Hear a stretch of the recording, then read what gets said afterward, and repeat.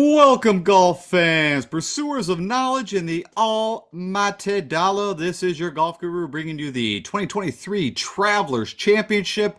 This is going to be an all-in-one show where I'm going to give you my preview. We're going to break down the field, the course. Of course, we'll do a little recap on the U.S. Open, which was pretty amazing. And we're going to go over and jump into Fantasy National. We'll do all the player analysis, picks, and then I'll get you my betting card at the end of this. First and foremost, thank you for stopping by. And with that said, let's go talk a little golf. Okay, so real quick, let's recap this U.S. Open. Funny enough, it's only been, a couple days, but it feels like it's been a while.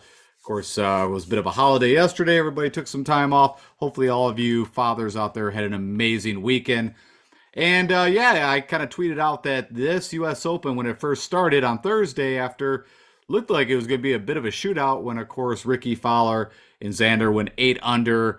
The course, as I was discussing, and I think it was before my picks, where I kind of shifted gears and said, hey, I think this is going to be a little more scoring than we were thinking because of this marine layer. The course was a little softer. They had a little bit of rain earlier before in the week.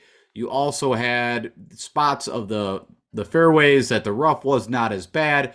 And you had these huge fairways that was going to allow guys to really go after the ball, not be as worried about, hitting when you've got 45-yard wide fairways. So with all that said, of course, we were all thinking, wow, watch out. But I also kind of knew, I tweeted out, it's going to be very interesting what the USGA does to kind of hide some pins. They're going to put some tee markers back. All that came to fruition on Friday. Then, of course, the sun came out, dried out the course, and we got a pretty tough U.S. Open. And then, as we get shift kind of gears and look at, what was transparent on Sunday, of course, Rory was right there. Everybody was rooting for Ricky Fowler. And you had Wyndham Clark, who, was not really on my radar from a betting perspective, but I did select him from a DFS picks. And, so I felt pretty decent about that, but was pretty bummed about him not having money on him because technically we had a long shot actually pull us out. We're going to dive into Wyndham Clark in a second, but everybody knows Rory's been playing really good golf. The putter's been super hot.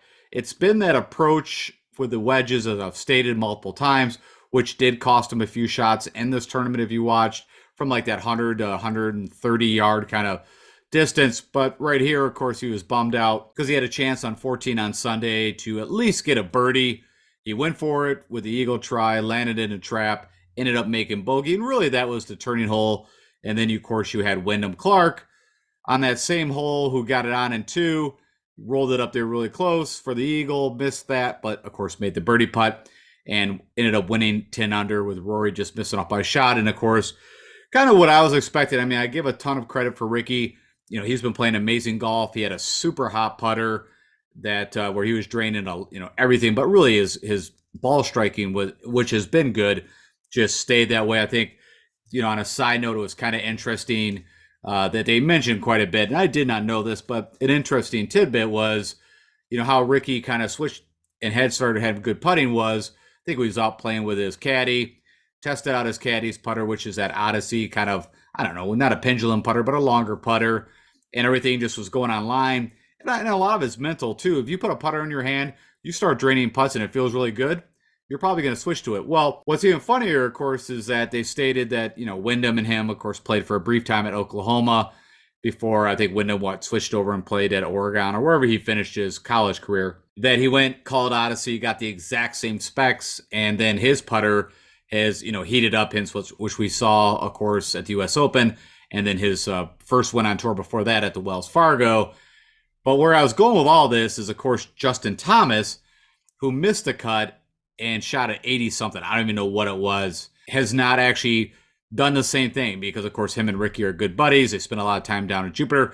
Maybe JT has tried that putter out and is something that just does not, feel good to him or does not work. But I don't know. That's all that was going through my brain because of how bad Justin Thomas putting's been, and it just keeps on going. All right, so I want to talk a little more about Wyndham Clark, and we talked about in the past, the time that like I said, remember Wyndham really being in contention before he won Wells Fargo was back in 2020, where he went into Sunday at the Bermuda, weaker field, looked like he had a chance to win that thing, and then ended up coming in second.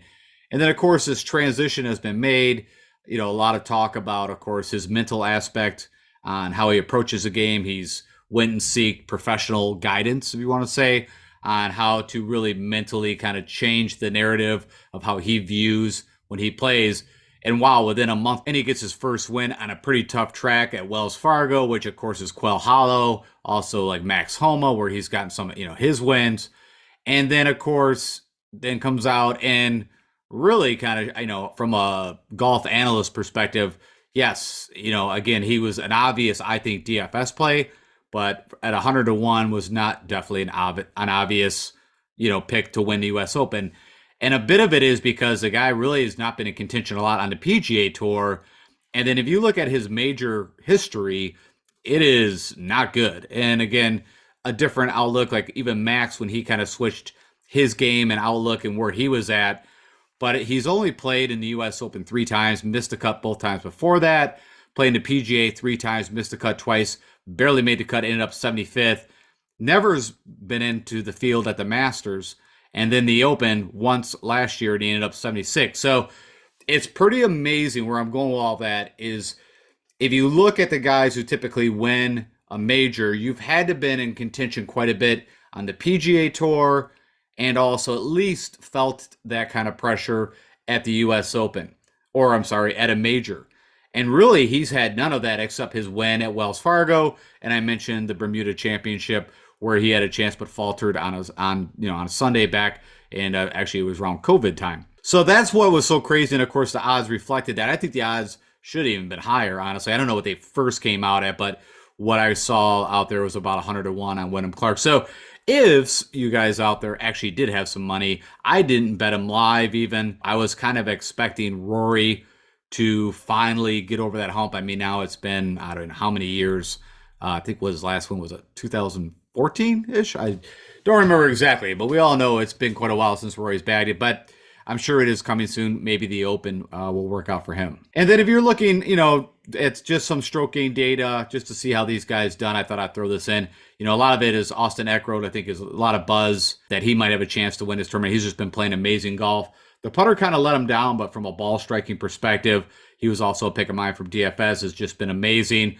And if you jumped on Austin Eckroat, I'll just let you know this now before we get in the betting side. PointsBet, which was the first one out that I saw, even DraftKings, it took a while for them to get their odds out on outright winners. He was going off, which I bet at 200 to 1 on PointsBet. I think it's dropped considerably, and we'll go into that when I show. But anyways, of course, my Harris English also had, did an amazing, made a lot of putts from a lot of long distance. Ball striking was eh. And then, of course, Tom Kim, who you saw on my cover, because I think maybe that wrist is feeling better. And that course does not really fit, at least, again, where I pegged Tom Kim. So I'm expecting really good things for him at the Travelers here. You got Min Woo Lee, who popped up again, right? We seen him, had a chance at the Players, and then kind of fell back. Tommy Fleetwood, which a lot of that was done on Sunday. I was kind of shocked that, and if you guys remember when I was going through my picks, and I kind of showed my top 10 guys, Tommy was in there. And when I went to him, my gut was telling me this is a bad decision. I think a lot of it was just all the golf he's played and the letdown at the RBC. And you could see, it was a very slow start for Tommy Fleetwood, but had an amazing Sunday. Had a chance to tie the record. I believe he ended up shooting 63. I think he had a chance to tie that 62 on 18 with a putt that he missed. And did it with just crazy ball striking the putter, which can be, as I've always stated, a kind of a bit of Achilles heel for Tommy Fleetwood. Of course, Ricky, I think his putting stats really got dinged on Sunday because, man, watching a lot of his golf, he was making putts, 60 feet, 70 feet, like just some crazy things. My buddy Cam Smith, who was one of my main guys that I was excited about, ended up, had a great, Open. Especially, I don't think his career there has been very well. So that fourth place finish has definitely got to be his best at the US Open.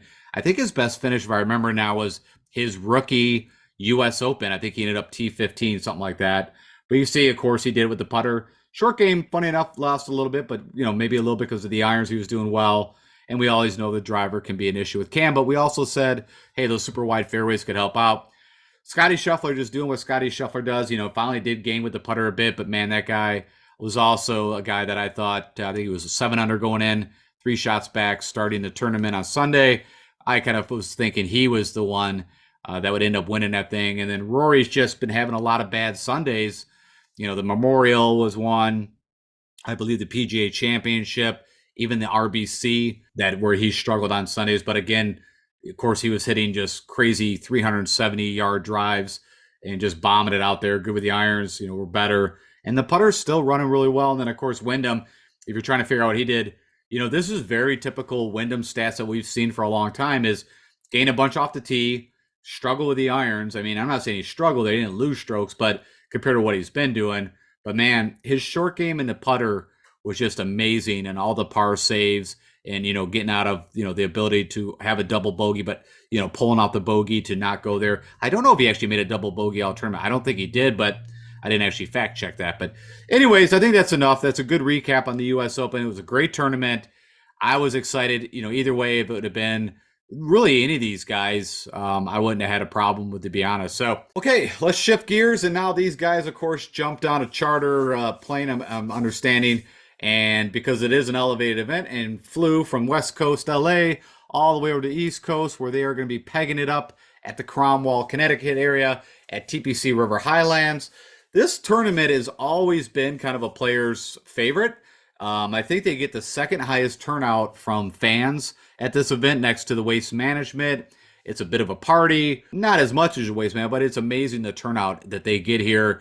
And I know that the tournament director just takes amazing care of the players and also their spouses and families. I've heard all that feedback over the years. So they've always had a pretty strong field, even last year. So, I think they were, what I understood was like even the Waste Management, how they kind of picked these designated elevated events was where they have amazing turnouts. Let's get all the best players there. Of course, this course opened back in 1928, and it's been hosting the Travelers Champion for now probably about 72 years, I would guess. Of course, it was originally a Robert Ross, but P. Dye came back and did a redesign back in 1984. But my personal feeling, it doesn't strike me as a real Pete Dye course where it's kind of challenge you visually and all that. Like, there's some elements of it, but not the usual stuff we see at a Pete Dye. Of course, we're at a par 70, and it is 6,852 yards, so quite a bit different than what we just saw on some of these other par 70s where it's been, 7,400 yards. But, when we get into past historical stroke gain data, it's kind of amazing that it's proven over and over that you can have multiple types win at this track. Hence, a lot like we see at the Charles Schwab. Any of these kind of more strategic plotter courses, this course does fit into that. But of course, if you're an amazing ball striker and you can hit it further but accurate, you're always going to have an advantage. The fairways are bent POA. Almost everything here is bent with a dash of POA. That's the way I look at it. The rough over the last couple of years has been a bit higher, 4+ inches. So if you do get off these fairways, which I'll talk about, are I would say kind of generous. As you see, they're on average about 30 yards in length. Now, again, if you compare that to what we just saw, those were around 43 to 45 yards width, so a little more narrower. But again, Kentucky Blue Rye, I feel like is a little easier to get out than that crazy Bermuda that we just saw at the U.S. Open. And then the greens have always been bent, but they've added this POA, and I don't know if that's the trivials put in, but I think it's still, if you ask me, dominant bent grass with an essence. I don't look at it as a pure POA greens. We got a full-size player field at 156 players and cut to T65 in ties. Historical cut line, if you look over the last few years, is about 1 under, but it can go up to 3 under. It's all depending on how big they score. And then, of course, last year, your winner was Xander Schauffele, who I believe that was his first win since in Hawaii in 2019. And, you had there's been quite a few playoffs here, but if you remember back, Sahith Theegala, funny enough, I think it gets lost, was leading with in the last hole going into 18, not too far off what we saw at the Waste Management, where he was 19 under, and then off his drive, if I remember correctly, he just got the worst lie, drove it into the sand trap on the left, and ended up bogeying that hole where Xander, I don't remember if he par or birdied, but of course went to 19 under, won by a stroke, and there you go. The one that I remember the most here, and I watched from word go all the way through the very end of the playoff, was Harris English battling Kramer Hickok back in, would that have been 2021? I think they went to an 8-hole playoff, something. Yeah, it stated their 8-hole playoff. And there was a couple times it didn't look good for Harris. And then so many times, if I remember right, Kramer Hickok had, a 10 to 12, 15 footer to win the thing and just kept lipping out, going in the hole, popping out. And of course, my money was on Harris, so it was nice to see that he won that. And of course, he showed up again, as I mentioned, at the U.S. Open. I've said that his game is suited to fight against some of these bigger guys. You know, if you call them the dragons or the alpha dogs of the league. If Harris is in that field, I believe, I mean, he won the Tournament of Champions against some of the best players. He's got the game, and he's definitely, when the putter's hot, can compete with those guys at any time. And then if you kind of go back in some history, of course, DJ won here. So here's a big contradiction here, right? DJ wins. I believe that was back maybe in 2020. And then Ches Reavie won, and again, so very much on the irons, but back to that strategic. And then if you go and do even more analysis, it's amazing. Bubba, I think, has won here 3 times. You had Phil Mickelson win here a couple. Of course, you had Jordan Spieth win back like in 2013, I think it was, where he chipped in to go to a playoff. And where I was going with all that, even Brian Harman's done really good here. That lefties tend to do well. Even Hank Laboda had a chance a few years back. So just some side notes there. These greens, I think they're just a little smaller than average. There's some big ones, but what it specs out is around 5,000 square feet. I say average is around that to 5,500 square feet. You got 69 sand bunkers, very well placed. And then water, you've got 4 hazards and 5 holes coming to place. We're going to talk about this thing. I don't think it's really talked about a whole lot anymore, but it's called the Golden Triangle, which I always kind of giggle to myself because it just seems a little sexual in nature. But the holes, I believe, was at 15, 16, and 17, like work their way around this one good-sized pond, lake, whatever you want to state. And that's really where the tournament can kind of go up or down on those 3 holes. It seems like that's the changer. And of course, I mentioned that here. And they are pretty fast, slopey greens. You got tree-lined fairways. There's some elevation here. It really reminds me a lot of TPC Deer Run. Of course, I'm using it from a comp course. The problem is this field don't typically play the TPC Deer Run, but there's, of course, guys in this field that do. And if you remember right, JT Poston, who also had a chance to win this event last year, then, of course, was just going in Fuego and then went the next weekend and played the John Deere and won one of his first tournaments. I don't know if that was his first tournament, but definitely, was either one or one of his first wins, but just had this couple of weeks of just ridiculous iron play and putting. And when you put those together, typically you are going to win some tournaments. I mentioned the rough has seemed like it's gotten longer and tougher over the past couple of years. The water can be a factor, like I mentioned, on those few holes. And I've got a really bad map, but we'll take a look at it. And, we'll have to keep an eye on the weather. It is the East Coast. Sand saves do show up, and I already mentioned that. Just a couple side notes, which again will can point you to guys that are really good around the green and the putter. Mackenzie Hughes shot the course record 660 in round 1 in 2020. And then if you remember way back, Patrick Cantlay, when he was still at UCLA as an amateur, in 2011 shot a 60 in round 2, which that was kind of all the buzz and really put Patrick Cantlay visually on the map. And I already talked about Phil, a couple wins here, and Bubba and Brian Harman. He leads in stroke gain over the past 5 years. So yeah, lefties can do well here. And I guess that's just the way that, so maybe if you look at a righty, if he draws the ball, maybe like I think of Sahith Theegala, he can play both. He's a shot maker, which again, I didn't really think of that. I mean, all those guys are really good shot makers and can work the ball right or left. So it seems like this course will demand some of that. Okay, we look at the scorecard. I looked at this. Nothing's changed from a yardage. I know last year they did move back the hole number 17. Typically, the last 3 holes were always the hardest. I noticed for some reason 18's gotten a little easier, and it's not marked red. It's not like the top 5 hardest holes. That was kind of a notice. I don't see really any, from a showdown perspective, if you tee off at 10 or 1, I don't see an advantage in getting that consecutive birdie bonus.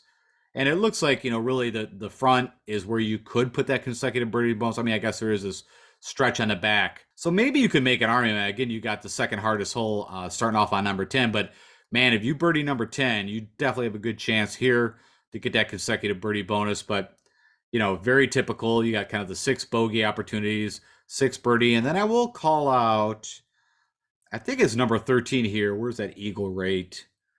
Yeah, a lot of guys really tore apart this hole here to make an eagle at 523. Also, what I remember from last year, and I'm guessing he's got to be in the tournament. He's popped up a few times here recently. the Michael Thorborson, who I believe he just popped out off the Corn Ferry, right, or came out of the PGA University, one of the two. He played here last year as an amateur from the area, and that guy was right in contention. So he was, if somehow you played him in DFS, he would have been a huge game changer. Because I would guess he would have been bare men, and out of nowhere, like I said, was literally in contention. And why he came to my mind is that he literally almost had an albatross double eagle on this hole. I think he left it within a couple inches of going in. Of course, then made the eagle. But anyways, another person off the top that you could think about, not so much from a betting perspective or from a DFS play, Michael Thorborson. And I'm probably going to screw that up. All right, as I mentioned, I checked the scorecard. Nothing's changed from last year, so nothing to discuss there. I told you there's not a really good map of this place. The only thing that I'm calling out here is the area right here that I was talking about where you have this little par 3, 16. 17 is probably one of the harder holes coming in, as I showed. You got to hit a drive, make sure you keep it out of the sand. I have seen guys hit in the sand and still get it on the green, but of course you got to carry this water, and typically on Sunday they're going to have the pin pretty close to the water. And then again, 15, you can see the water is very close to the green. So that's where things could change. You can see 12, also water carries this fairway all on that side. So it kind of makes sense. Again, I'm thinking back to the lefty analogy. Typically, all those guys I was mentioning, you fade the ball. So if you put it over the water or down that line and fade it back, where, if you hit the typical righty, which is the fade, you have to make sure you don't overfade it into the water. I'm just kind of thinking about it. So that's 13 there and 12. And yeah, nothing really. A little bit of water on 8, just a small par 3, but that doesn't look like it caused any issues. That's it. I think that's all I wanted to share on that. And then here's a visual. Again, I mean, it's really kind of just highlighting that area where you can see these holes playing against the water. And I believe this must be 15 here, and guessing that is 17. All right, so not so much concerned about showing you, again, because an elevated field has kind of changed things up. It's funny, Jordan Spieth must have won here a couple times, because I think, like I said, maybe it was 2017. Maybe I have my dates off, but I thought it was even further back when he chipped in and won. But if we kind of cruise along, I've got this broken down by stroking. And all really I wanted to just show you names, because what I noticed looking through the past historical stroking data is that, again, as I mentioned, ball strikers show up here, and then more of the strategic plotters with really good short game. So again, you got Ches Reavie, of course, which I think, strategic, really good irons. And I mean, and that's probably the one prevalent thing, which is typical, is the putting and the irons show up, and then you just need to get the ball off the tee, get it in play. And Abraham Ancer would fit that bill. Vaughn Taylor, Zach Sucher, which you guys probably would have no clue who that is, but I think he's still battling now in the Corn Ferry. But he showed up, I think, at the Rocket Mortgage the second year after, and not too far from a Nate Lashley, just went nuts with his irons. And again, you can see he showed up here, but again, we don't have to worry about him. He has not been playing too much on the PGA Tour. And then you got DJ Flip, which, funny enough, DJ really didn't do it with the driver. It was, again, irons and putter. Kind of wanted to call that out. Will Gordon, I've been kind of waiting for him to have a little breakthrough. There's Matt Hughes. Kevin Streelman has done very well at this track, so just keep that in your back of your mind. Guys that typically have done well year after year, they show up over and over on this course. They just know how to play it, are comfortable with it. My buddy Patty Kazire, which of course I had to bet him. I got a crazy odds on him. Back on my Brokeback Mountain guy, just seeing if he could sneak a win out somehow here. Stalin shows up a bit here. You got back to, Kevin Na and Ryan Armour. There's your plotters, but really good short game and putters. And then kind of getting more recent. So this is when Harris English won. Again, kind of just solid throughout the bag. But again, around the green, putting showed up. Irons weren't as strong. Kramer Hickok just had one of his greatest putting outings he's ever had. Leishman would fit into that, really good ball striker, but also great short game. Ancer showed up again. And again, I always put Ancer into that kind of Ches Reavie, Ryan Armour, 280 off the tee, but hits a ton of fairways, pretty good iron player. And his putter finally kind of worked. Also, you're going to see a lot of crossover from guys like at TPC Southwind, where they play the FedEx St. Jude. Also, what I've noticed is guys that have done well at the Colonial and Charles Schwab have also showed up over and over. So again, Kisner, even last year, was the last tournament I remember him even being relevant. Then Bryce Garnett, I just had to, I put this in there just because here's an amazing where he lost strokes in every category, but went en fuego and gained 14 with the putter and then got a T5. All right, so we switch gears and then look at just last year's stroke gain data. I'd say this is, I don't know, probably more what we're going to see. There's that Michael Thornborson that I mentioned where he just went nuts with the putter, not so great with the irons, but gains a lot off the tee. But if we look at Xander, who won it, of course, was pretty steady everywhere, maybe just not as good around the green. But really, I've always stated if you're up here above 5 strokes gain with the irons, it's typically you're not going to have as many opportunities around the green. So if you even have one bad chip or something like that, it's really going to affect you. But you can see, had one of his best putting outings, getting 8 strokes. Here was Poston, just went nuts with the irons, good with the putter. He has Sith Agala, who did good across the board. Trying to see anything else. Chesson Hadley had an amazing Sunday. So if you were playing Showdown Finale last year, you need to have Chesson Hadley because he'd been very cheap. And I think he shot I don't know, it had to be like a 62 or something, but just chipped in for Eagles, had, some crazy putts. Killer Keith here, they're back, totally opposite, but actually did with the putter. But typically, we always think of him as more of a bomber, one of the better drivers on tour. There's Kisner. I talked about Brian Harmon, just shows up here over and over. Ches Reavie, and I'll talk about on the betting side, but on PointsBet, again, it was the only one up, and they threw out some crazy odds. Now, I get it's an elevated event. I've got my own narrative on how I think this tournament's going to go, probably maybe how I'm wishing it's going to go. But I think the long shots are in play. And Ches Reavie, they hung a 500 to 1 number out, and I jumped all over that. There's Scott Stallings jumped again. And then out of nowhere, William McGirt, came out. And again, like Michael Thornborson, if you had McGirt, then you were, definitely had some very unique lineups that would have definitely paid some big money. Then Nick Hardy, which I pulled him in here because what's unique about this guy is I think he's an amazing ball striker. Of course, he just won his first event. It was a team event, of course, in Zurich with our buddy Davis Riley.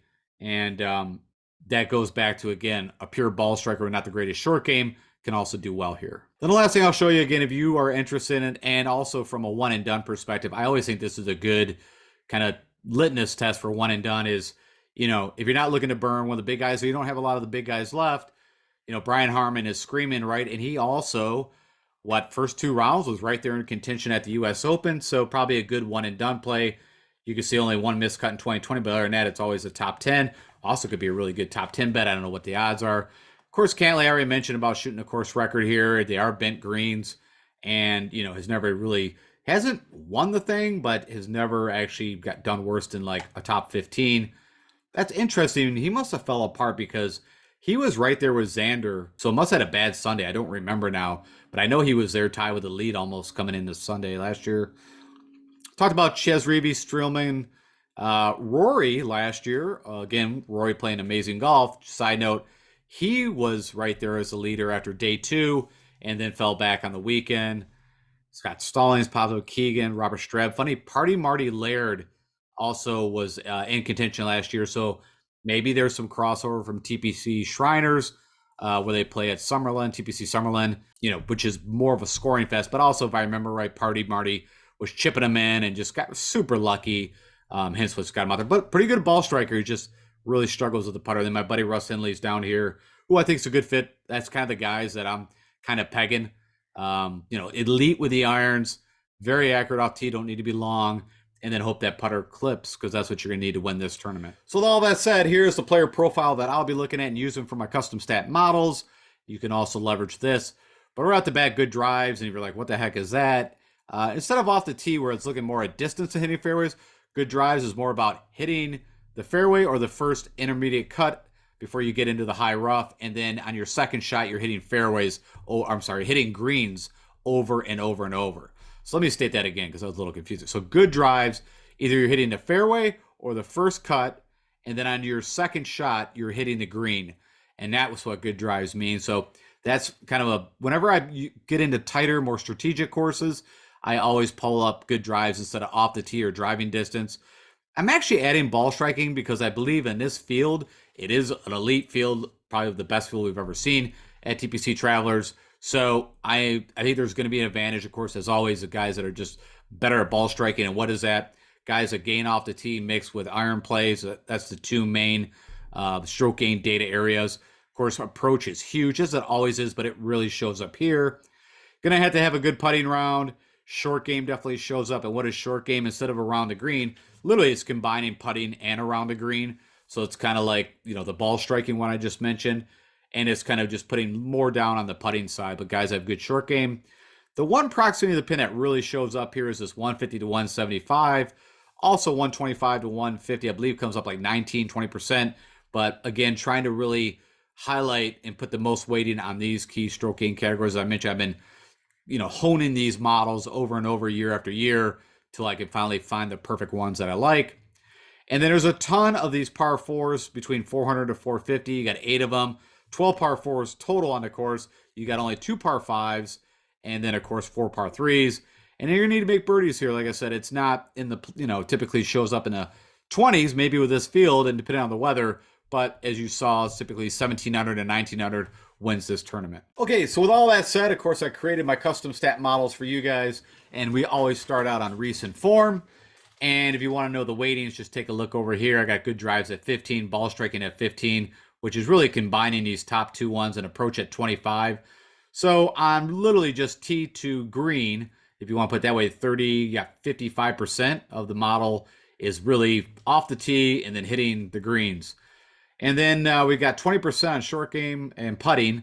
So that's a nice, mix there. I did put 10% on that 150 to 175. So that's the proximity that typically these guys are coming in at, and who can get it closest to the pin is what that's all about.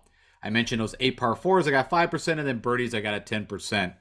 Plug that all in, you click up here at my rank, and looking over the past 24 rounds, 6 tournaments they played without any filters turned on, and this is how it shows out. You got Xander Schauffele, John Rahm, my buddy Grillo, who just won the Charles Schwab. Tommy Fleetwood, been playing amazing golf. Of course, had a chance to win the RBC Canadian Open. We got Wyndham Clark, who's coming off, the U.S. Open, and of course, he also won at Wells Fargo. Patrick Cantlay, he kind of had an up and down tournament. A real slow Thursday, Friday at the U.S. Open, but felt like on the weekend he definitely made a charge. Of course, Ricky Fowler was your 54-hole leader. And you got Victor Hovland, who, it's funny, a couple of these guys did not like this course and just came out and stated, did not like the LACC where they played the U.S. Open. Victor Hovland was one of them who just purely just came out and stated, this I don't like the way this course sets up. Now, you could be saying it just doesn't set up well for me, which I don't think there's any course that shouldn't play well for Victor Hovland. But also Brooks Koepka, which I found amazing, was complaining a bit about the course. And literally the presser before that, he stated, how do I win all these majors is why the other guys are boo-hooing and complaining. I focus, I don't let disruptions bother me, yada, yada, yada. And then he's out there because, he did not have the tournament that he was expecting. Of course, coming off his PGA victory. Scheffler just doing what he does, man. I mean, and if that putter he gains a little bit more, he's always a threat to win it.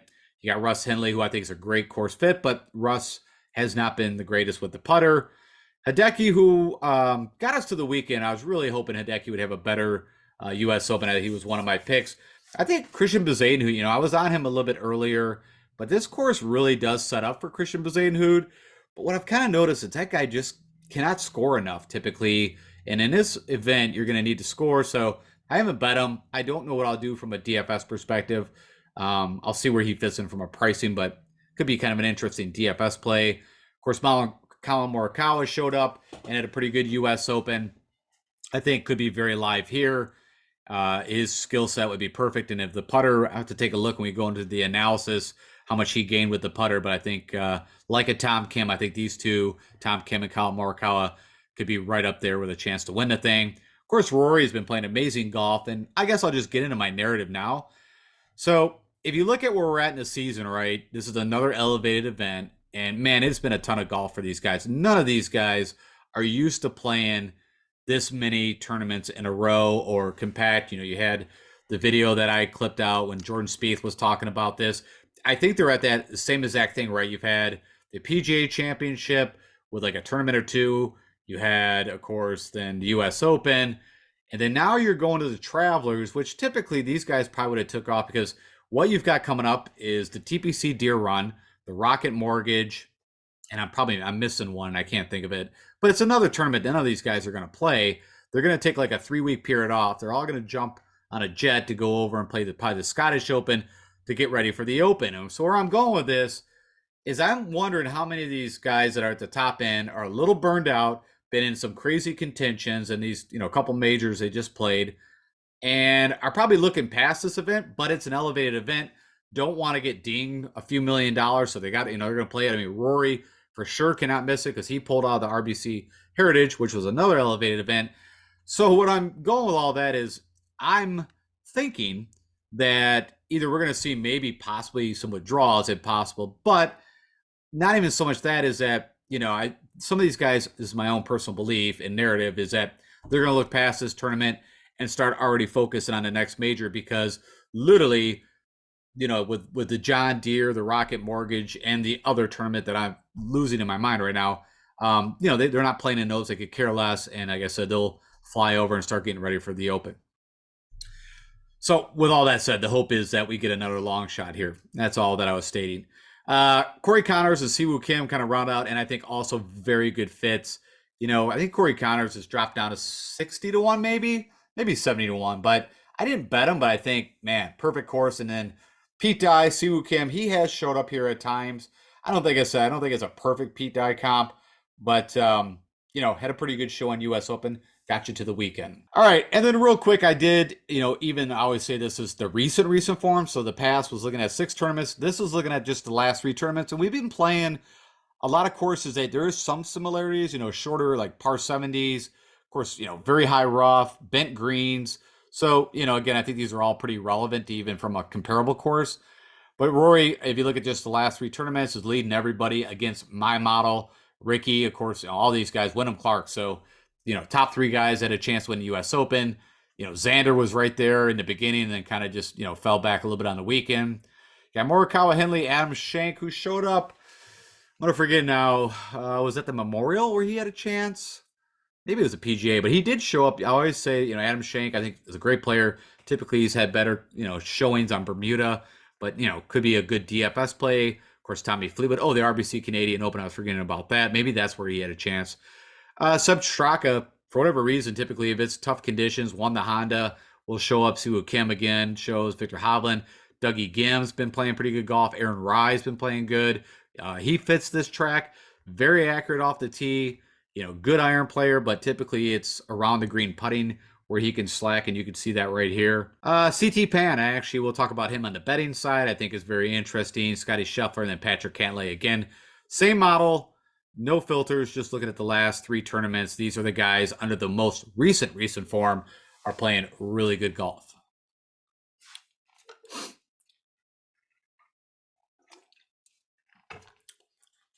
Okay, so as always, after we do recent form, we always want to go see who's done well at TPC River Highlands. And I'm looking at the past 6 tournaments they played here, or 24 rounds. You're going to notice there's going to be all different kind of history.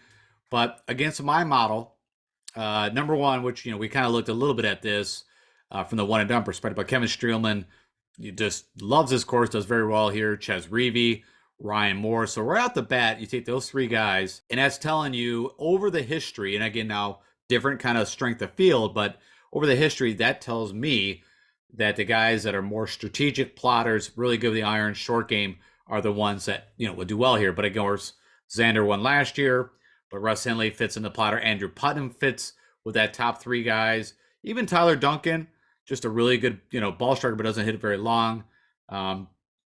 Typically he can do okay here with the putter. That's why I was looking at the short game and putter, how he does here.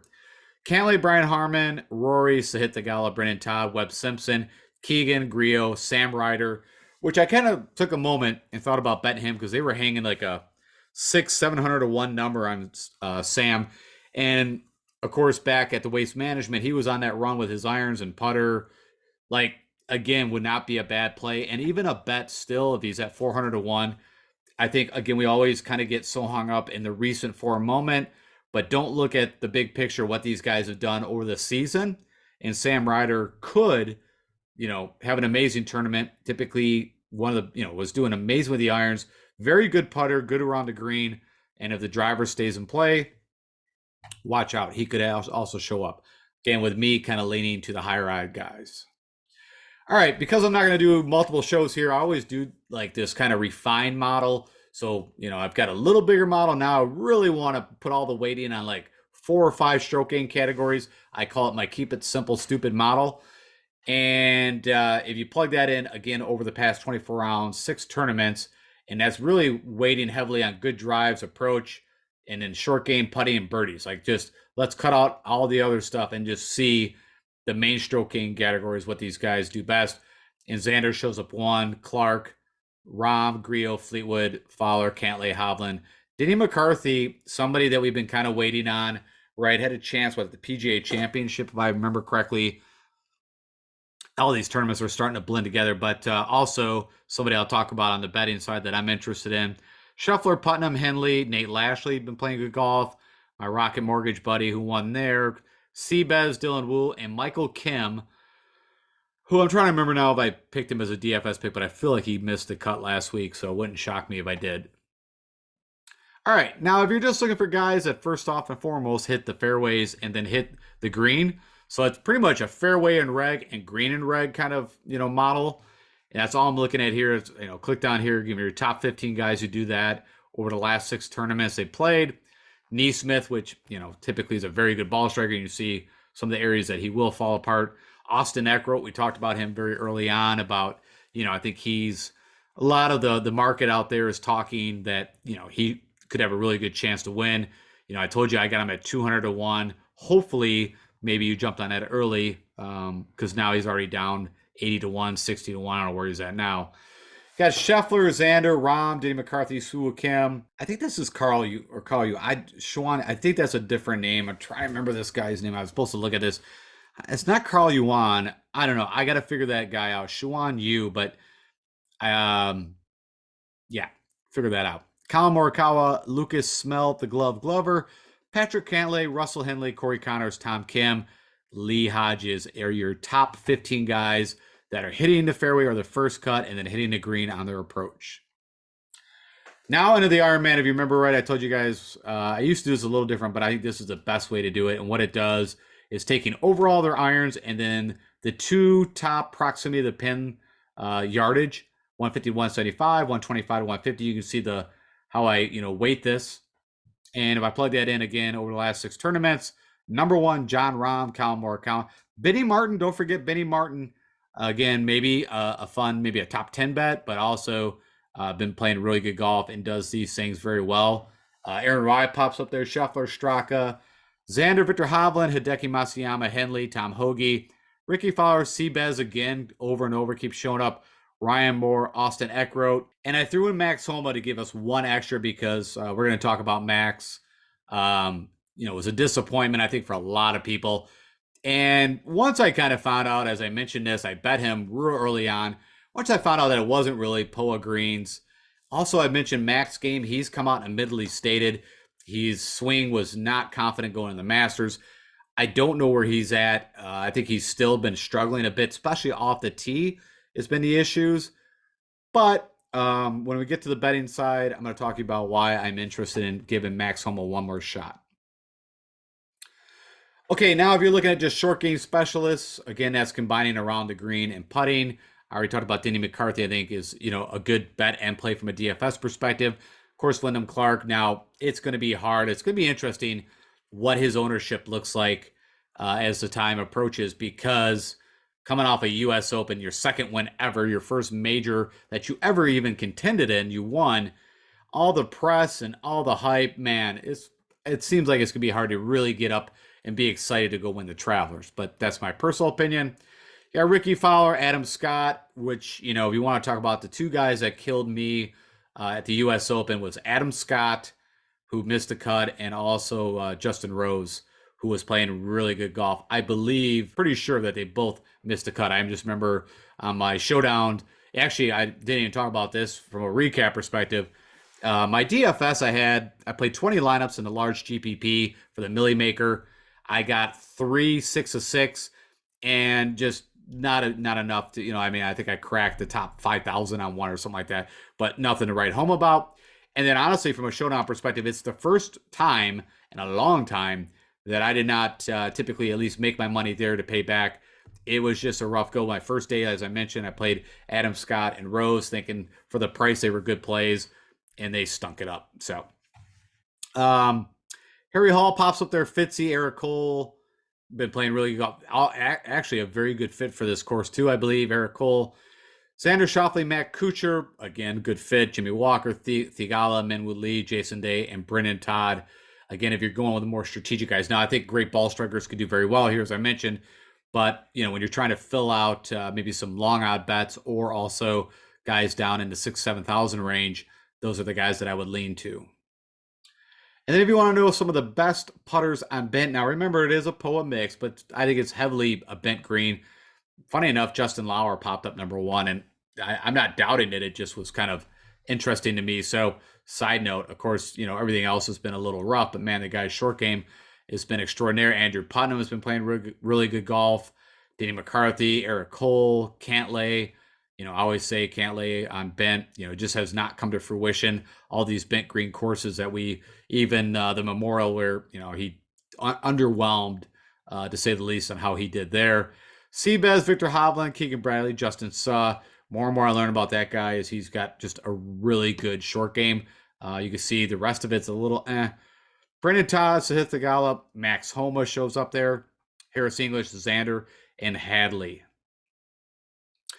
All right, so from a comp course perspective, it's a little unique, but a lot of this on the left I'm keeping in from you in last year. The Charles Schwab, we just saw this. I think it's probably one of the better comp courses at Colonial. It's bent greens, it's tight. Also, where we just watched him play at, what was it, Oak Hill or Oakdale? I get from the PGA Championship that both had the Oak in there, but neither here or there. I think I kept that in there each year when they played the RBC before this. You got the bent kind of slash POA greens. Typically, it's a par 70, 71, and it's kind of a tighter course. So I think that's a great comp. The John Deere, I think, is a really good comp. I already talked about this, but quite a few guys that play in that don't show. But I mean, I mentioned what Poston did, of course, that almost went in last year, the Travelers, and then literally next weekend go win the John Deere. Now, I'll even give you another little cheat since I'm talking about the John Deere. My buddy Lucas Glover, which you guys know that I hit him at the John Deere. Now, would that have been 2 years ago? Yeah. I saw him, and they had a points bet hung, a 700-1 bet on Lucas Glover, and I tried to put $10 on it, and it cut my bet like in half. They wouldn't allow me to do it, which just gave me good omens that, hey, watch out. Maybe Lucas Glover, he's been playing still good golf. His putter, as I've stated, is a debacle. And so literally it's got to be an active guy. Now at the John Deere, he did gain quite a few strokes with the putter. And of course, with his ball striking, when that happens, he's got a good chance to win. Also a different field, don't get me wrong. But as you can already mention, I've bet Mr. Lucas Glover. I threw in the PGA. Of course, it was a bit longer of a track, but it allowed these guys that have been there to get a good look at him. But again, very similar bent POA. Also, I believe that was a par 70 or 71. This is probably the one that was a little unique that I pulled in, and maybe it's getting me to lean towards Max Homa. But the Fortinet Championship, which used to be the Safeway, right? It's back over towards the West Coast, but it is also bent POA mix. And in the way the course plays, from a par 70, I believe it is, from a yardage, I think it's got an extra par 5 in there. So I think it's a par 71. It's a little easier, I think, than TPC River Highlands, but where I'm going with is I think the way the courses play with the elevations and the green sizes and the trees, I think it's a good. So I'm plugging that in as a comp course, which also kind of puts me back a little bit on Max Homa. I guess I'm just a sucker, just going to keep trying until something happens. And then, of course, RBC Heritage, the difference there is you've got the Bermuda Greens, but it is a Pete Dye, and also, again, demands that you hit your T-ball very accurate.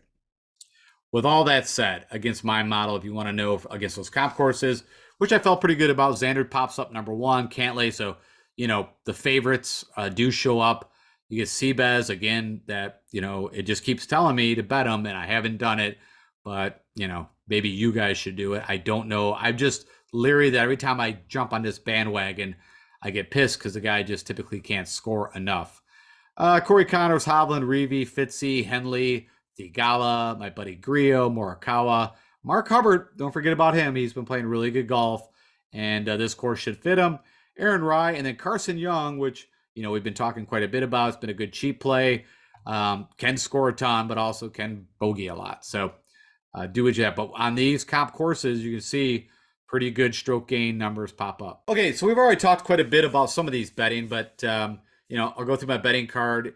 You're going to notice it is, as always, because I try to get in early on the long shots. I've always stated I'm not worried about a guy that's coming off 10-1 on Monday morning and then it's going to go to 7-1. Yippity flu. I lost 3 points. If I want to bet them, I'd rather bet them during the tournament. I always give this kind of little precursor. But these are the bets I'm going in with. Maybe I'll do something else live as I typically do if I see some things move. I did see, just side note, Justin Thomas is 75-1. I looked at it and I just can't do it. I bet him last week at 50-1.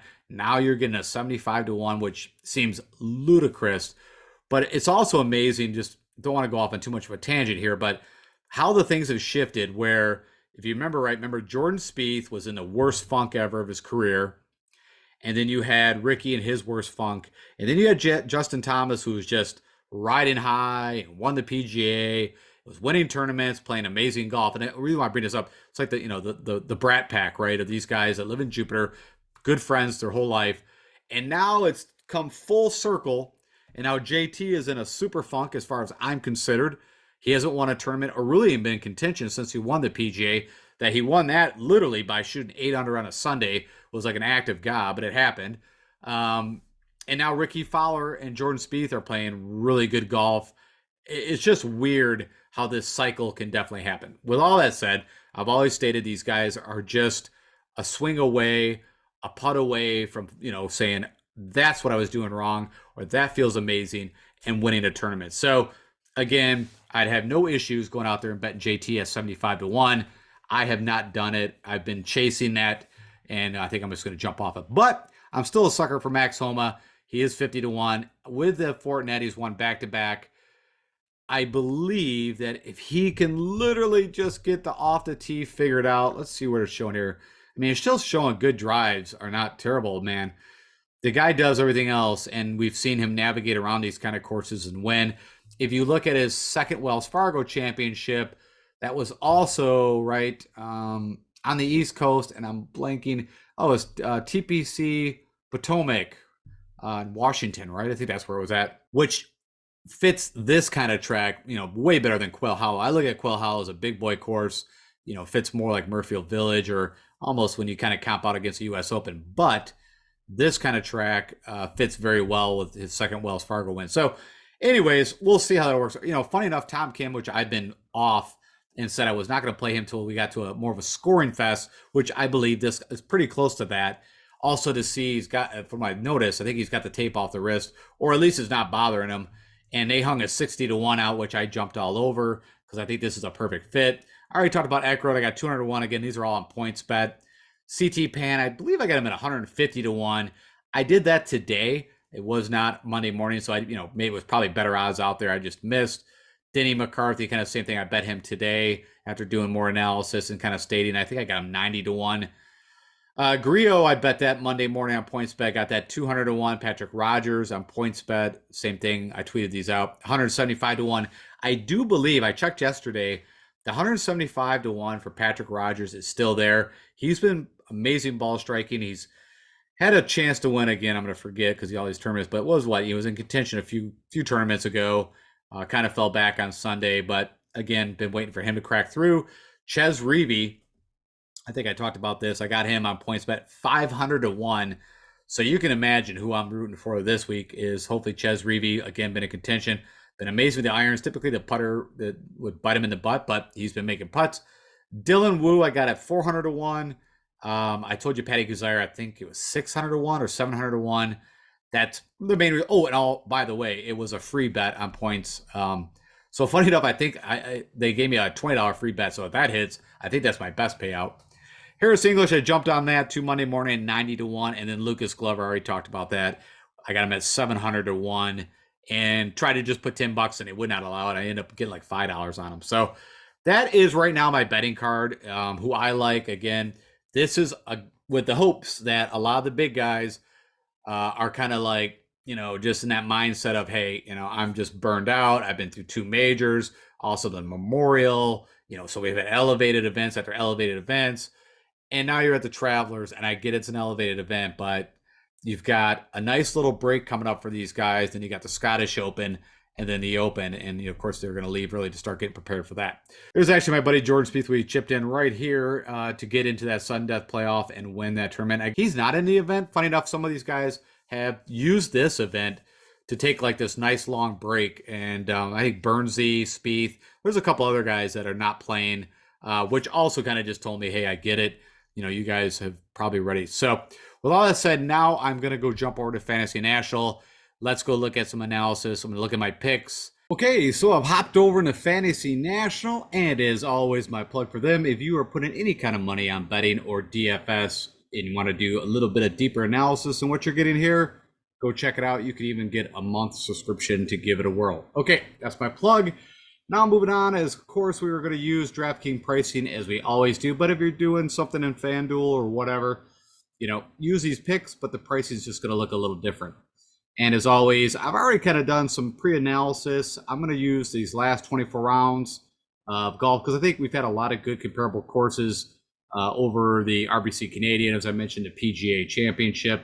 A lot of these shorter, but tough roughs, and you got these bent greens.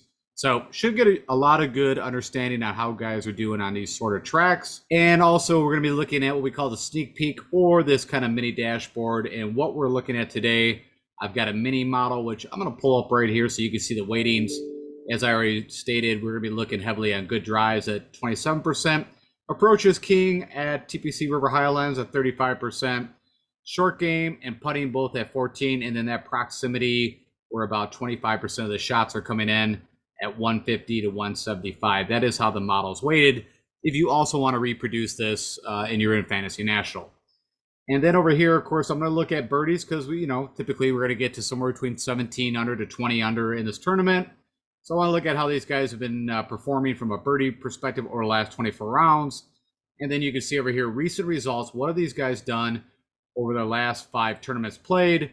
And then we'll also take a quick peek at tournament history. Okay, with all that said, I will again preference what I stated in the preview show that I am going with a narrative that a lot of these top guys are probably pretty burned out, excited about this nice long break that's coming up due to the tournaments in the future, which again would be the John Deere, the Rocket Mortgage, and then they head over for the Scottish Open and then the Open. So with that said, I'm thinking a lot of these guys might look past this tournament and are just excited to get onto vacation because it has been a long year and a lot of golf these guys have played.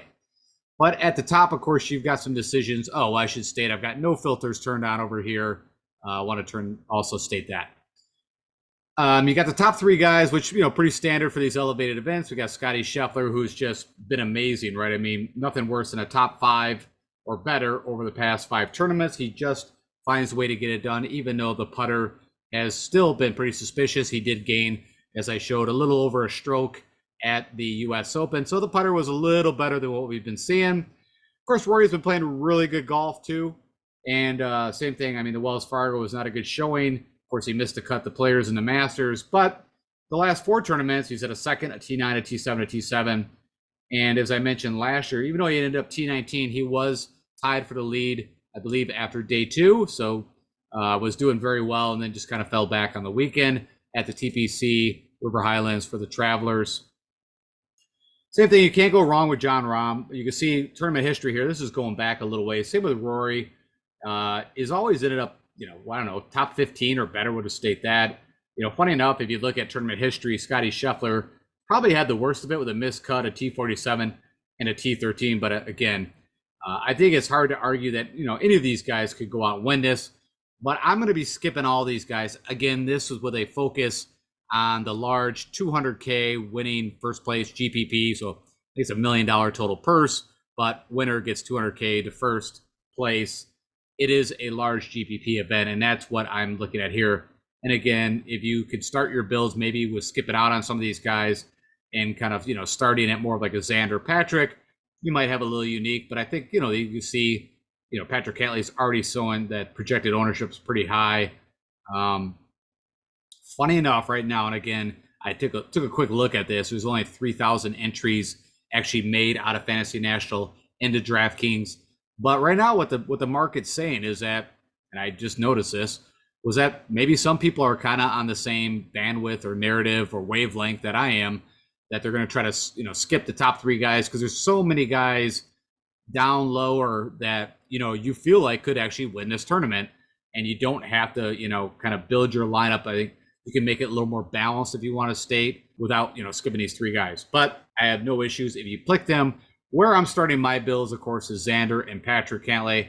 Of course, Xander won this tournament last year. He's had good showings here, loves it. He's doing everything I want from my modeling perspective. Everything ranks out, almost like 13th or better.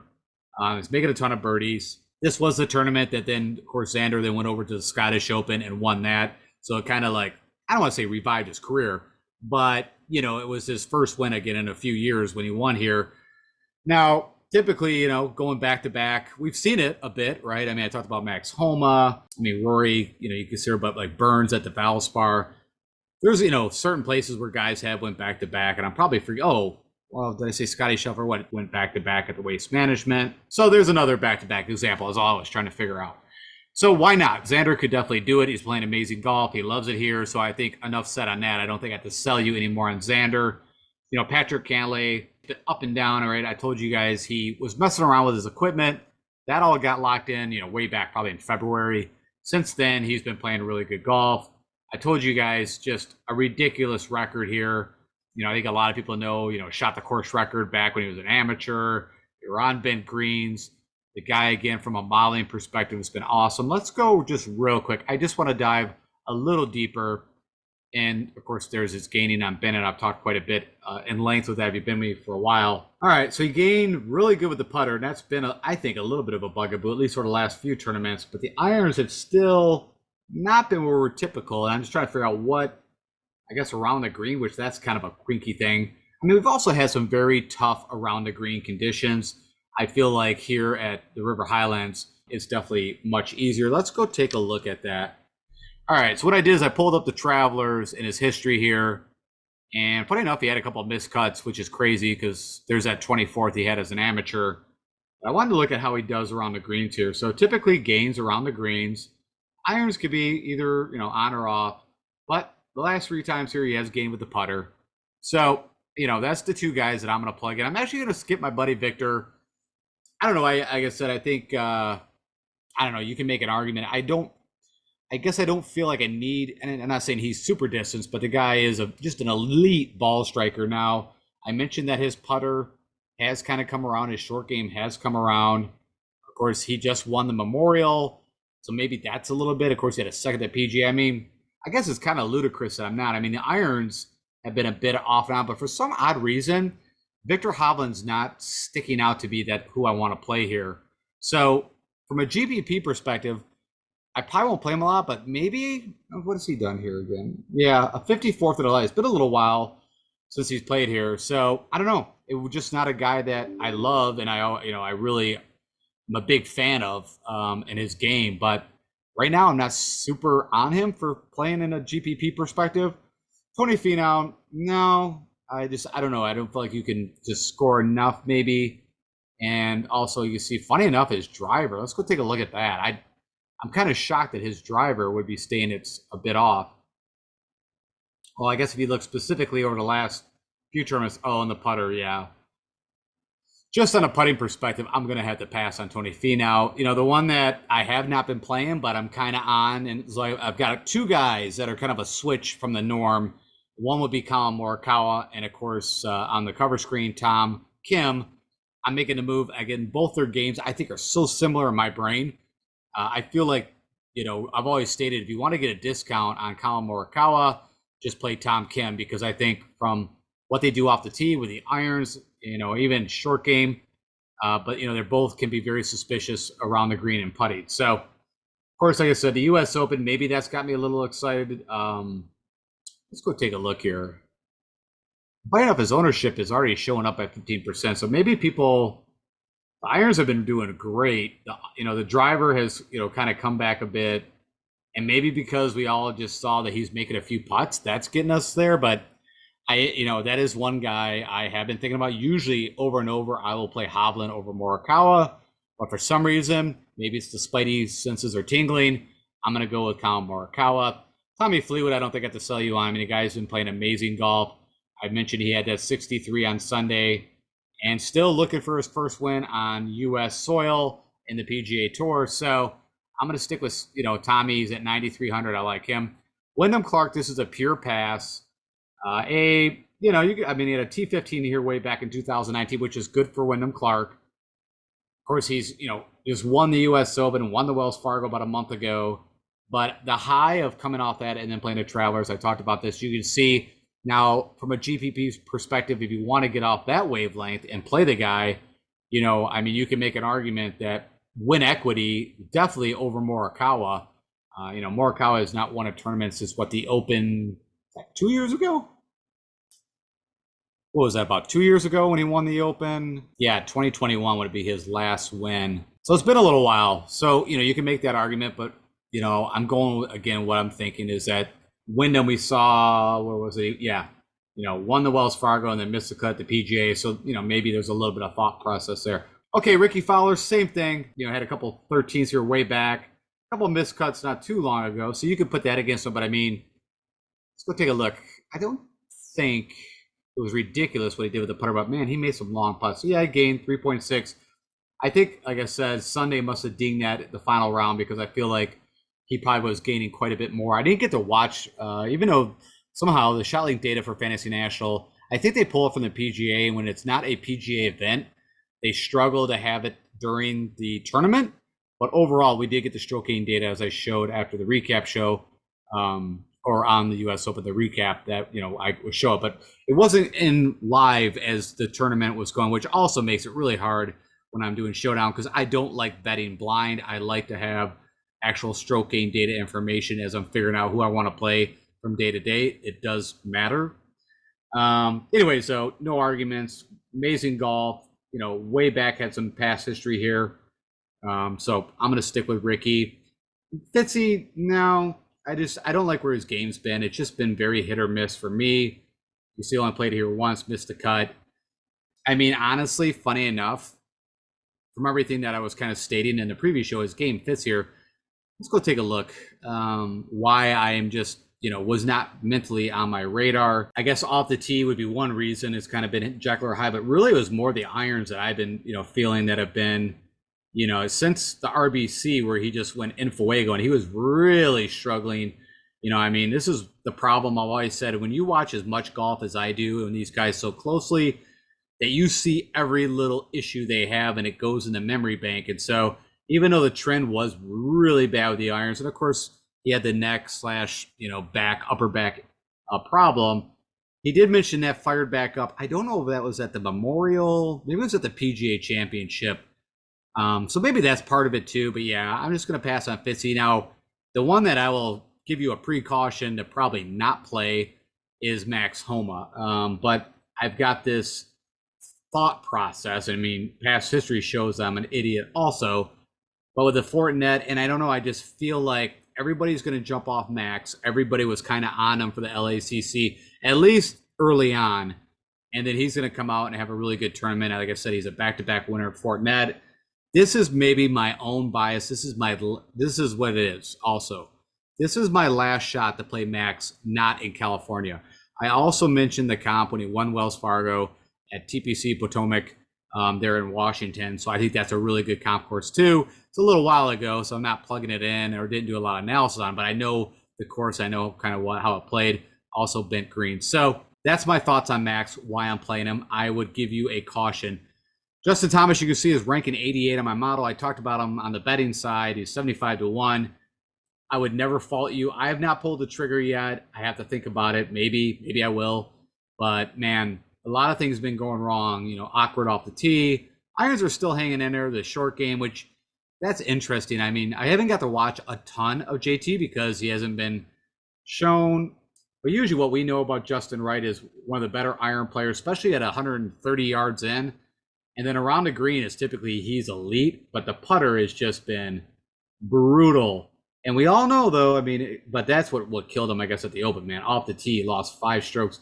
He just couldn't keep it in play. Of course, we saw a little bit where he shined at the Wells Fargo, the Valspar. I'm just kind of scrolling back. Waste Management would have been his best outing back in February. Then I'm just looking at won the PGA, miscut the Charles Schwab, and they had a good showing at the RBC. But man, yeah, it's been just a real big low. But I think I have a hard time not betting him at 75 to 1. So I probably will have to pull the trigger on that and jump on if you'd like. Sunjay M, a little bit like Fitzpatrick. It's been very Jekyll and Hyde with his game lately, where he used to be a robot. And I think once we see that he's not a robot, when he's not, hitting every fairway and sticking the irons within 10, 15 feet on every shot, we all freak out. But this is telling me to freak out because he's had, 3 of the 4 missed cuts and then the 41st at Memorial. But he also was shining here early on in the year. I don't know. I haven't actually looked into it to see if he's got an injury, because this is showing me to be playing this elite of golf and what we know of Sunjay M, and then all of a sudden to have this bad form where he should have done well, especially at the Charles Schwab, the PGA, like all these. Maybe the U.S. Open, he doesn't have as much length, but that how accuracy of hitting fairways in a lot of these tournaments was key. He's just been struggling. So I didn't even look at his odds. I feel like he was like 50 to 1. But not too far from, but JT, we know how elite of a talent he really is. I mean, he has is it still only one win at the Honda? Let me check this out. Just a second. Bear with me. Okay, Shriners. Okay, I forgot about that. So at a shootout at TPC Summerlin, he won, and then of course the tough victory, which always at PGA National, which really kind of vaulted him for everybody to be like, if you can win at PGA National, you can win at a lot of courses. Of course, he showed up to Wyndham, the 3M Open. He had a good showing. Yeah, it's just been a while since Sunjay M and JT, right? I mean, almost like a year that we feel like they've actually had a chance to win.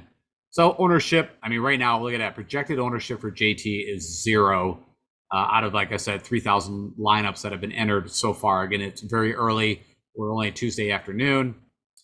Hideki, I took a shot at him. I mean, he got us a T32 if you played him in Draftkings, but man, I was hoping for more of a top 15. When you're up in this price tag, you really need like a top 20 to pay off.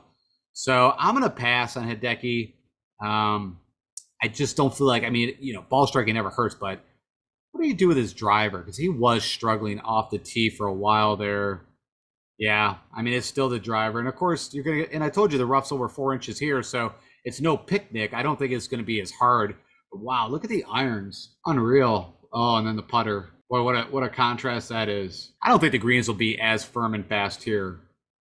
I would say more like the Memorial. So, I don't think it's a terrible play, to be honest, but I'm going to pass.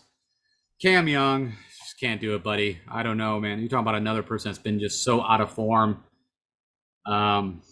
Yeah, and I don't really have a lot of answers. I feel like he's lost all confidence with the putter. I feel like the driver is still a weapon, but I don't feel like that's been as accurate. The irons have been, really just nothing to write home about. Where, we were used to him gaining 4 or 5 strokes at times. At least he gained a little, so he gained a tiny bit on bent greens, those fast bent greens with the putter, but he's been losing some major strokes as of lately with the putter.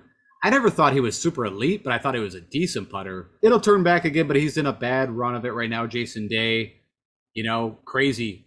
I think he must be still injured. I don't know. I don't know how you miscut, win a tournament, and even though it's an easy course, but you still had to shoot like, I forgot what it was, mid 20 unders to win that thing. Miscut. So, I'm out on Jason Day too. He's in a bad run. Sahith, of course, I mentioned, had a real good opportunity to win this tournament last year. Literally led it, I believe, going into the 18th hole when he had the bad break of where he landed in the sand after his drive. You could see that is the one big bugaboo is his driver. So I'm going to pass on Sahith. Shane Lowry, he just can't do it, man. Maybe we'll look at the Scottish Open and the Open, but just hasn't been putting, short game. I already told you guys about Tom Kim. I'm high on him now. Recent form would kind of tell you, hey, he's only had one real decent showing. What are you doing? But that was enough to show me, because I know what this guy's game is typically. And you can see right here, his ball striking. It just was the putter, and he's gained. Maybe he's found a little something. I think it's a really good fit for his game, this course. Has he ever played here before? No, I guess this is his first time. So we'll see how that works out. But I am pretty excited. Again, amazing. when I do my shows, just so you guys know, I typically don't listen or watch anybody else's information because I don't want to be persuaded to kind of like go whatever they're doing. So, but when I start to see these ownerships, I feel like a lot of the analysts, the Ricks and the Pat Mayos and whoever else, must be on a bit of my lean. So to see this kind of ownership. Siwoo Kim, of course, Pete Dye, but I'm not even holding that. I told you guys I don't feel like this is a real Pete Dye course.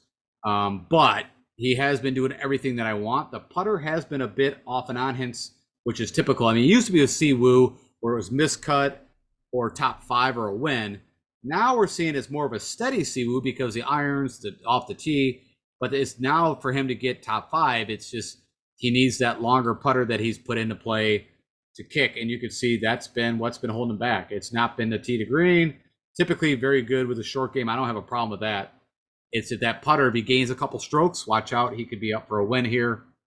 Adam Scott, sorry, buddy, you burned me. A lot was telling me not to play you, and I still jumped on that bandwagon. You see, though, from a scoring perspective, it's not all about the finishes.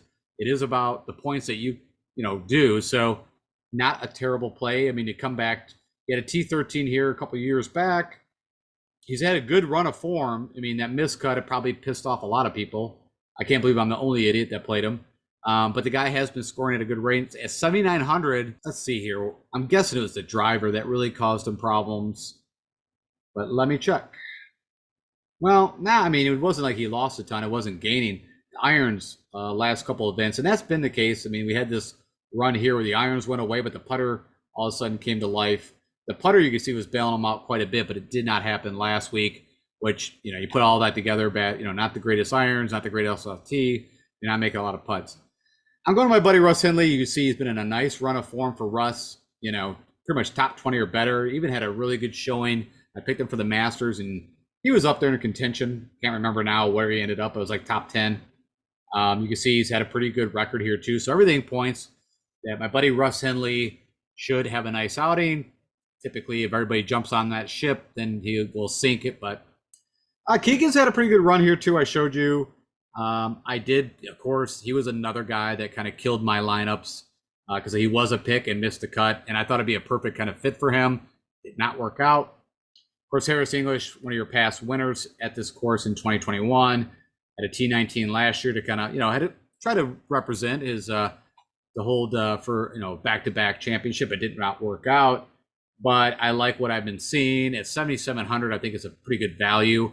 Also, I told you I bet him from a 90 to 1 perspective. I think you can get him at like 60 to 1-ish right now.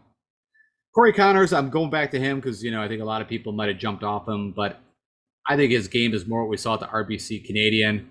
So I don't have a problem going to him. He's not done well at this track, but everything tells me that he should do well. I mean, again, it's going to come down to the putter. Let's go take one quick look at Corey. I just want to see. Yeah, so he's all of a sudden had this little run with the putter has been back to being we kind of were used to it. He had a run of 4 tournaments where he was doing well, and now he's got 3 tournaments where he's losing strokes to the field with the putter. Minwoo lead, you know what? This guy, he is tricky. That is a tricky dude to figure out when he's going to be good. I think I want him more on longer courses, but again, he had a good chance at the Players, so I have not figured him out. The Charles Schwab, he had a T40, which I think is a better comp course than, like the U.S. Open. I mean, he's played, funny enough, maybe he's a major player. I mean, the Players, let's go take a look at this. Maybe we're figuring something out here. The easiest course in the world, and I think I picked him, was, TPC Craig Ranch, and he freaking just stunk it up. But now let's take a look. He had a 5th at the U.S. Open, a 10th at the PGA, a 6th at the Players. He didn't play in the Master. Oh, he did. He miscut. I apologize. The Honda 26, which I consider a very tough track, showed up at the Open last year, the U.S. Open, the Masters. Like, I'm at the point where just you got to put it in your mind, man. Play Minwoo Lee in the big tournaments. The guy does show up. Of course, he had quite a few wins over on the DP World Tour, so I don't know. Maybe that's a result. Danny McCarthy, I told you guys I bet him. I've been waiting. There's probably a lot of people trying to get his first win, and when we see these little opportunities, we've seen so many good things come out of Denny. He's better at the ball striking right now. Take a look at his iron play just real fast. That's typically what holds him back. So, Yeah, he had a really nice run here with the oh, that's around the green. My apologies.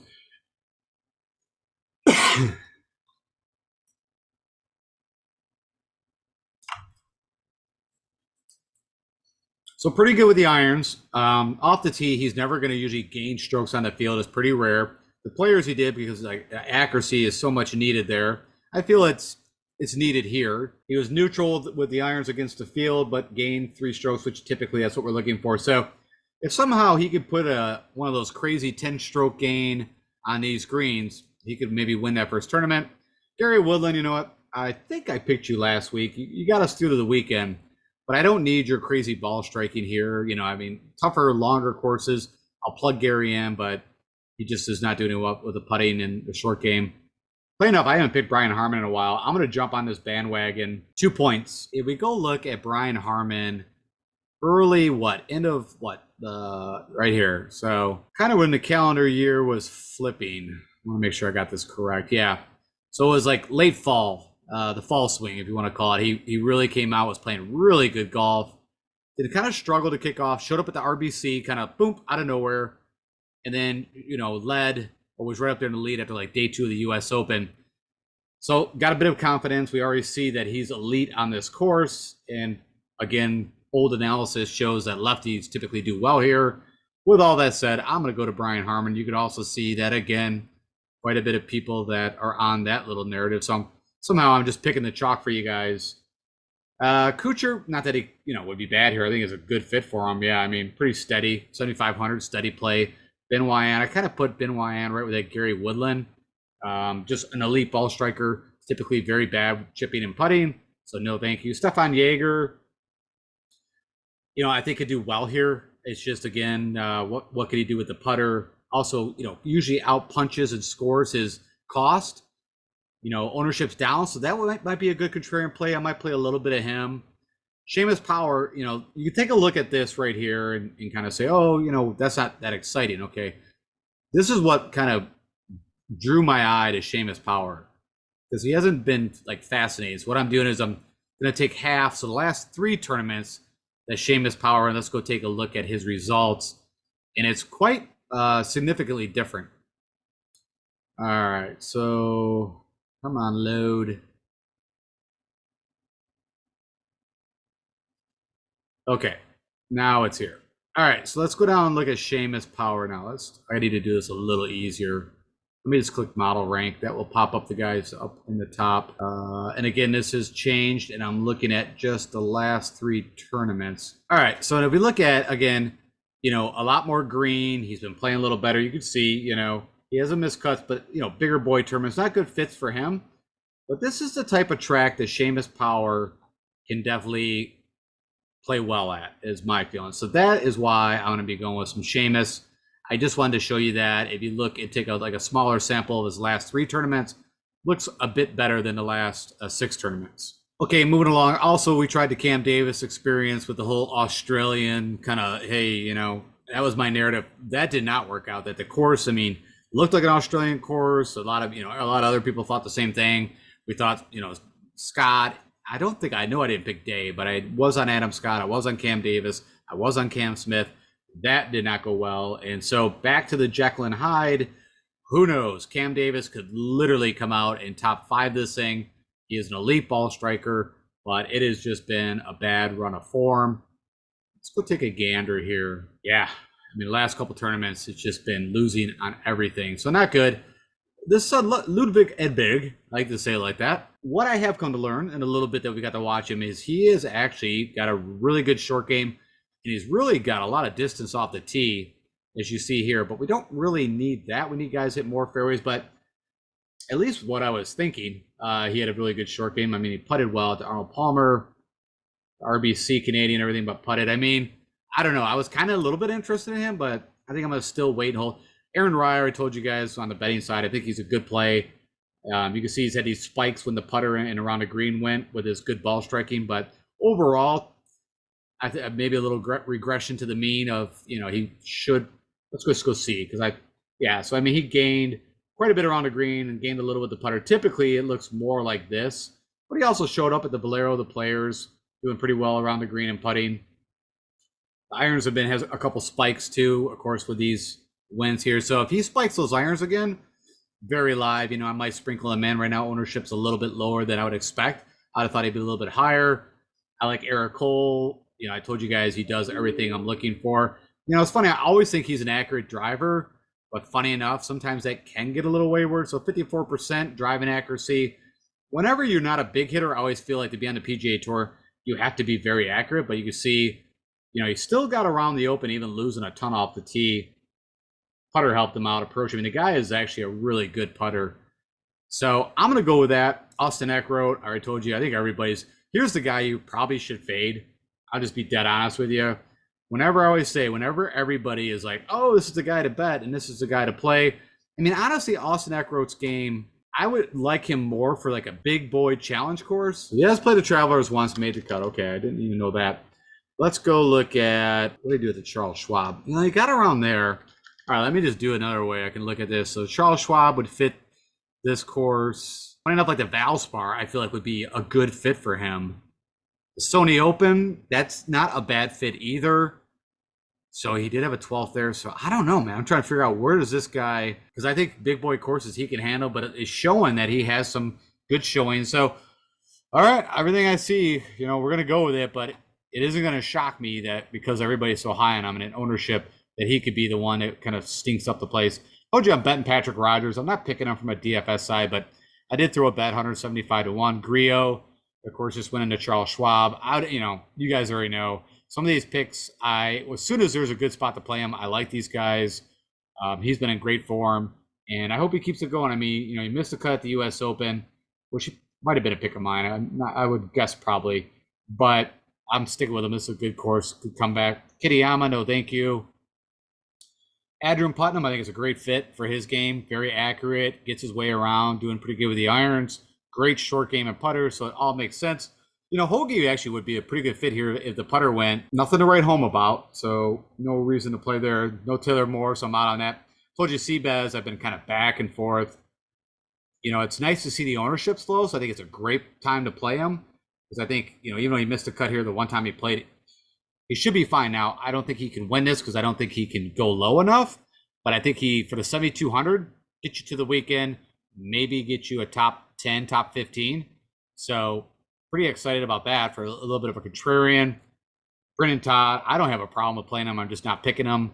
Shankster, I remember we were talking about this. It was actually the Charles Schwab, which is a great. So projected ownership is 0. So I'm going to tell you right now, he's never made the cut here. So man, I'm going to have to keep an eye. But if he stays at less than 1%, I'll play some Shank. Straka, Brandon Wu, elite ball striker. Don't really need that. Will Gordon, I did say he had a pretty good showing here, 2020. I put him more as just, I want him on the long tracks. I don't need him here. Thomas Stetry, no thank you. Hosler. Had some mixed reviews. It's funny. I was just thinking, where Bo Hosler showed up, had a chance to win, Pebble Beach AT&T Pro-Am. Where else has he showed up and had chances? Because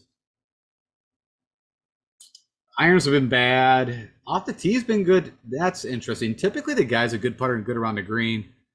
All right, so let's take a look at this. Oh, Travelers 2018. Did that even come up? I don't know if it went that far back. Pebble Beach. So this is why we do this, right? I do this with you guys, the Travelers. Okay, that's enough for me to say we're going to play some Bo Hosler. Ownership's low, maybe. It did show up 2008. I'm going to give it a shot. JT posted, I'm curious if a lot of people go back to him. He's been a bad run of form. You see, out of nowhere, right? There's the perfect. Who did I just state that has never made the cut here and should fit them? Maybe Shank? There's a perfect example where JT posted almost won this, and before that, never made a cut. But I'm going to be off on JT. I'll go with Hosler as another player in the player pool. I think Sam Bennett's not a bad play here, guys. He reminds me a lot of Eric Cole. Maybe a better driver of the ball, but Eric Cole might be a little better everywhere else. But the guy typically hits a lot of fairways. I guess it's going to be what? Oh wow, that's crazy for driving accuracy. I know we have a small sample, but just over that small sample, what we got him, that's taken into consideration. I don't know what 7 tournaments. You can see Very good there. The irons are the problem. You don't get to see the Masters because I guarantee he gained with the irons there. But pretty good putter. I don't think I'm going to hold a little bit. Thank you. No, Horschel. You've been bad. CT Pan, man. I mean, look at this. He's back. He's healthy. Byron Nelson, he had a chance. The RBC Canadian, which I think is a great comp. I bet him, and I think it was 150 to 1. You can get him. I think that was at points bet, and that was just today. Kind of didn't even think about him until like I started to do some more analysis. Svensson, actually, this is a great fit course-wise for him. I just feel like something's been going on. Remember, he pulled out of what tournament was it? It's not going to even show, but he had like a WD. So remember, he was in like a pretty good run of golf right here. He won the RSM. That was back last fall. The Sony had a chance to win. I mean, this fits his typical course, but his irons, which usually that's like his strong suit. And yeah, I got to pass right now. Hopefully, because like Nate Lashley, I talked a little bit about in the previous show, just playing steady golf. $7,000, pretty good values. Made the cut both times. I mean, I don't think he can win it, but it's a nice little condom play. Nope, I don't need Bramlett's distance. Davis Riley, I don't get you right. The Valspar, I'll play you on the big boy tracks, but it's been a rough go, except, him and Mr. Nick Hardy, of course, won the Zurich. Alex Smalley, not terrible, but no, I'd rather go to Hubbard. I think Hubbard's a great play at 6,900. I think he's going to be chalkier than what it's showing right here. Maybe out of sight, out of mind, but I think he's a perfect play, fits this course. Even JJ Spawn, didn't he just have a decent finish somewhere? No. I guess a 27th. Hits a ton of fairways, okay with the irons. The putter in the short game's a little bit of a struggle. All right, we're going to move through this because the show is going to get really long. So all the rest of these guys know I'm going to go with Michael Kim again. He's, fits this course. Hopefully I did not pick him for the Open. But I mean, the guy's doing everything we need, playing pretty good golf, and it should be a good fit. I do remember I picked Sam Stevens, and he did get us to the weekend. So funny enough, I told you guys, I played a lot of Sam Stevens to get that, but he wasn't my problem, which I thought he would be my problem. It was, again, the Homas, the Rose, the Scotts. That was my problems last week. Kevin Streelman, this is, course history. Also has had a couple of nice finishes here, the Schwab and the Fargo. 6,800, pretty good value. Webb Simpson has just been a disaster. Just can't do it. I mean, out of nowhere, that Valspar, of course, he gave up his caddy over to Cameron Young. I'm not saying that has anything to do with it. He's just been playing bad golf. This is the guy I was talking about, of course, the rookie last year. Well, that's funny. Well, because I guess under amateur status. Do we not have... Oh, okay. Nothing's getting pulled in for him under this. I don't know why. He's played in some tournaments. Hasn't been great, hasn't been bad, but I told you he had a really out-of-this-world showing here last year. He is pretty local. I think he was born like Massachusetts, like around the area. Someone to think about. Buckley, no. Neesmith, I told you good drives, ranks number 1. So, you got that going for you. Riccardi, Brian Palmer, I was close to betting. They were giving pretty high odds on him, right? He showed up to Byron Nelly, had a couple little showings. He's not too far off from a Lucas Glover, literally. Ben Martin, I don't think is a bad play. I told you guys that. I told you Ches Reavie, I got that big bet on, 500 to 1. Of course, he's done, really well here, won back in 2019. Great iron player, even from a large, like 175 to 200, Ches Reavie is really good with the irons. I told you got betting Kazire, just to lose money. Dylan Wu, I like him, bet him at 400 to 1. I'm going to play that. Solid tee to green, no problems there. Great price tag. Andrew Novak's just kind of showed up, also kind of showed up in different spots that I like, and also from a modeling perspective, so I don't have a problem with that. Hoffman, funny enough, he was up there, right? I think day 2 at the U.S. Open, that was a little shocking. All right, I told you Sam Ryder, it's just been a terrible run lately, but man, he looked really good at the start of the year. Carson Young's been scoring, so I have no problem with that. And Lucas Glover, I think, is my last pick, and that's a little bit my own. I mean, of course, I told you he won the John Deere. He's made the cut here a couple times. He's got to have an active God, as I mentioned, with the putter. But I've seen a guy stick him within 3-5 feet over and over and over. and literally miss it over and over and over. Scott Piercy, here's a guy that just stays off your mind, but he's the dude that literally out of nowhere will be like your first round leader. Tyler Duncan, you could throw in that bucket the early morning. Oh, by the way, I will try to put a show out tomorrow just to do kind of a before the lock. We'll check ownerships, whether or not. But I did see some weather possible. It looks like there might be an AM PM flight advantage. The guys going out in the morning Thursday. Looks like the winds are going to pick up Thursday afternoon now again, a couple days beforehand. So we'll have to keep an eye on that, but I just wanted to throw that out there as a side note.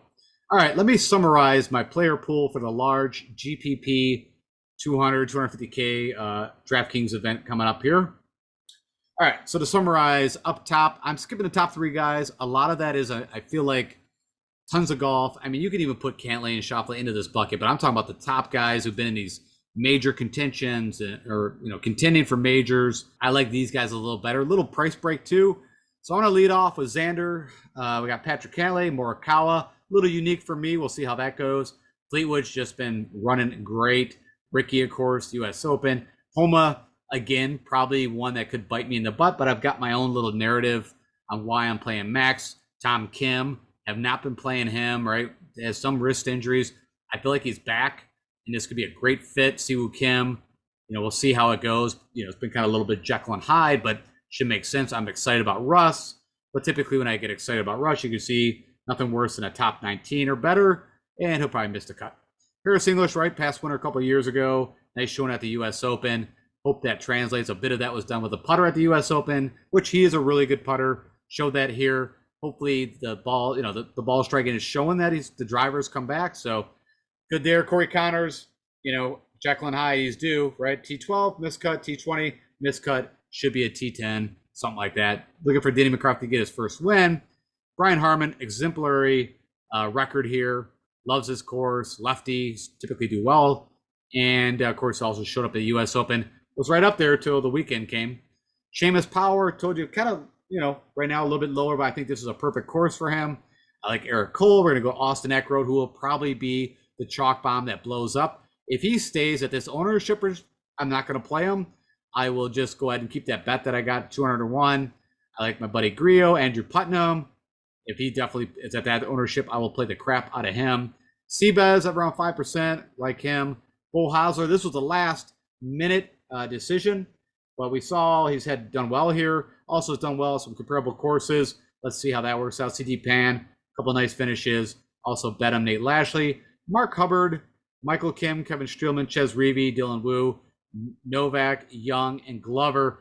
Rounds out my player pool, and you can see it's 30 guys. Typically, I like to keep it around 25 to 30. Could be some last-minute deletes or adds, but that looks pretty good on how I will go into the GPP. All right, with that said, let's wrap this up, get you guys out of here. Okay, guys, so as always, thanks for spending some time with me. I hope that helps you from a DFS side. I think we're all, had a couple majors. We're kind of starting to get down in, I don't want to say the dog days of summer. We're not there yet, but we are going to be in a bit of a low after the Travelers. We're going to have 3 tournaments. It's going to be, way less of fields, but those tournaments are going to provide awesome betting opportunities. I think there's still that opportunity here at the Travelers. I stated that I think some of these guys might look past this tournament, start looking for that nice little 2-3 week break before they fly across the pond and get ready for the Open and play the Scottish Open. So we'll see if that narrative works. If it does, I'm excited because I've got a lot of long shots, and the way that I'm going to play the GPP is under that narrative. So if you agree, hopefully you can jump on my bandwagon. If you don't, I can totally understand that. All right, guys, as always, do me the honor, click that like button, share this with anybody else. We are literally less than 50 subscribers from getting to that 2,000 mark. So if you're watching this, please do me the honor, click that subscribe button and click the notifications so that way there you know when my shows come out.